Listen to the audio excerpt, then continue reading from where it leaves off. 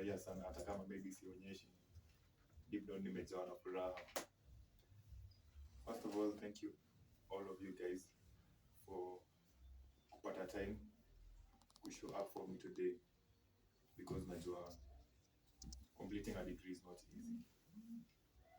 You want to make hapa kuni celebrate, so thank you for that.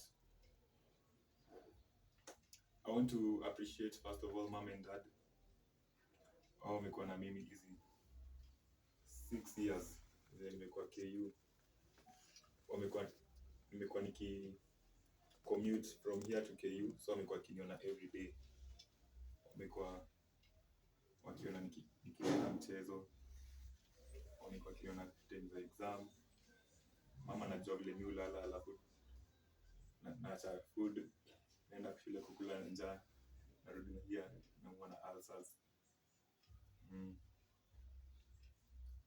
But thank you guys.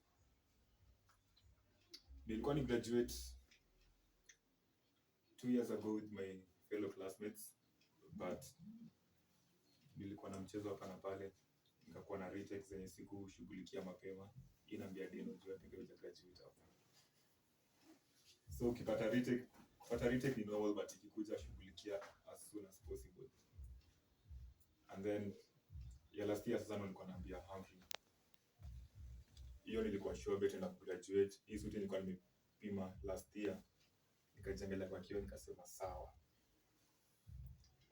And then lecturer akanifanyia ile kitu.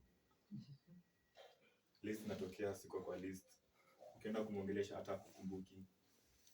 Lakini tulikuwa tumeongea vizuri. Lakini hii siku imefika finally.